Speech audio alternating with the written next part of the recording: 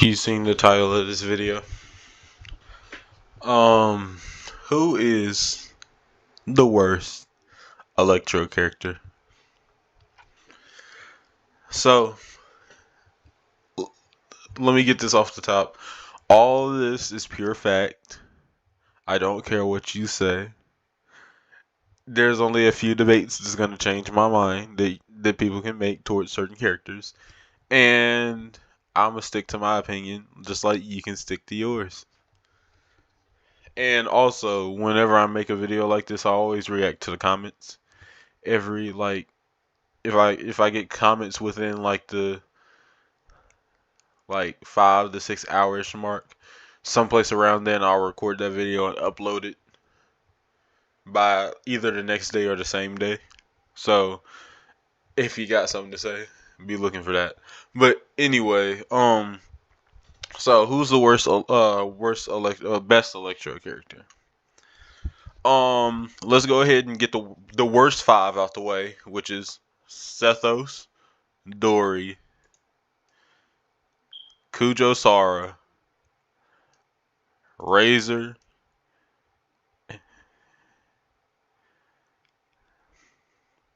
and Raiden. Okay. These five are the worst five.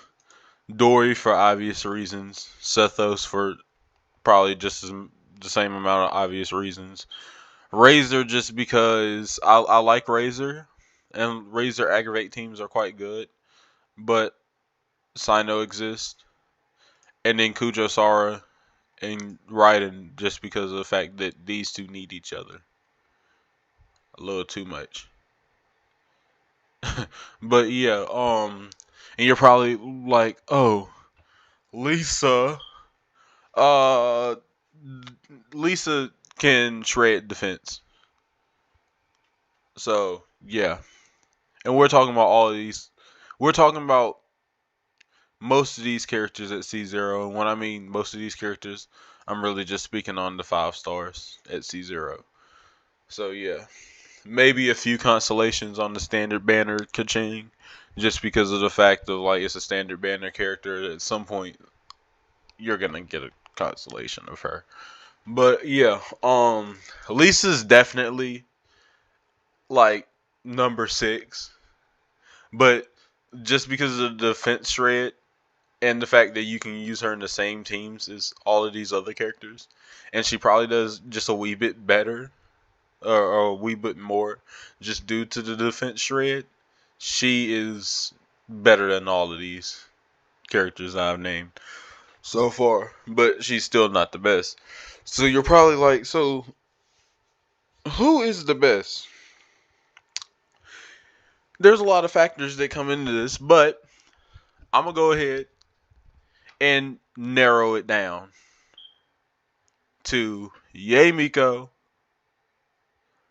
Cookie Shinobu, Fischl, Beto, and Cloran. Those are the 5. Those are top 5. Now, who do I think is 1, 2, and 3? Let's get to it. First off, Beto has been a character in the beginning of Aggravate and Hyperbloom teams. She was really thriving due to the fact that her burst bounce between enemies, and it pops a whole lot of those things when it does it. So I mean, she was really good at the beginning of Aggravate, but she kind of is having that fall off. You know, she's still very usable. Almost all of these characters are very usable, except for a few. But Beto is not really as needed in teams like that as she used to be. You can run her in. I've seen her ran in Wanderer teams, but I don't think she's really the best teammate. When it comes to 3 teammates you want to put with Wanderer, I don't think she's in that top 5 of the teammates you can run with Wanderer. So she's still a really decent unit, but compared to the four that I have above her, she sits at 5 just for that reason. But still a really good character.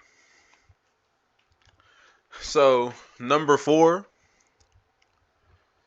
in my personal and honest opinion,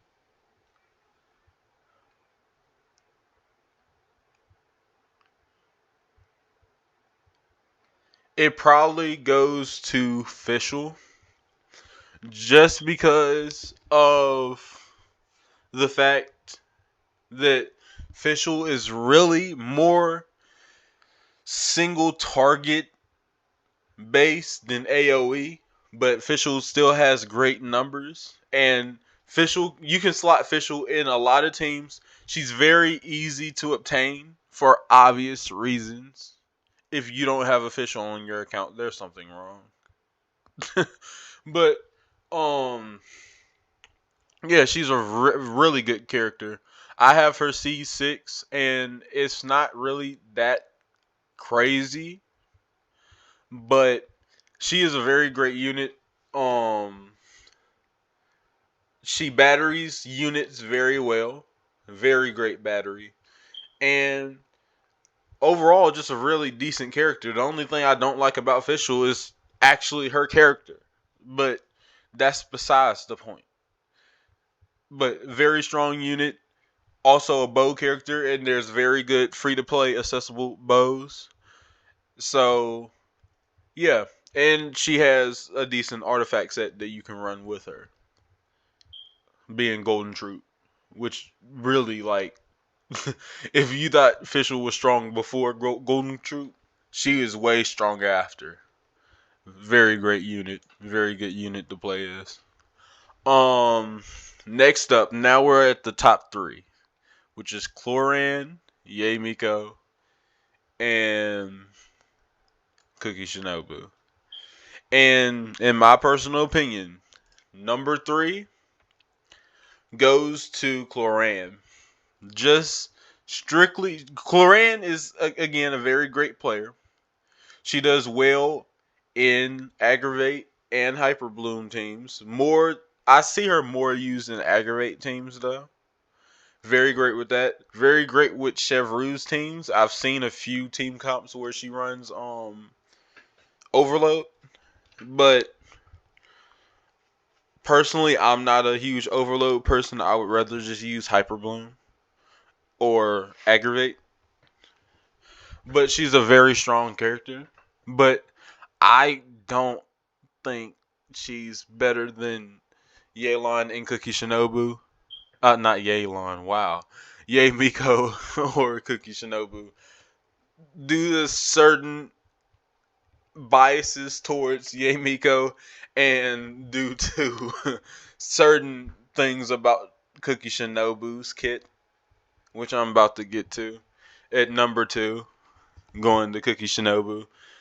Because there's a lot of teams you can run with Cookie Shinobu. She's a great healer.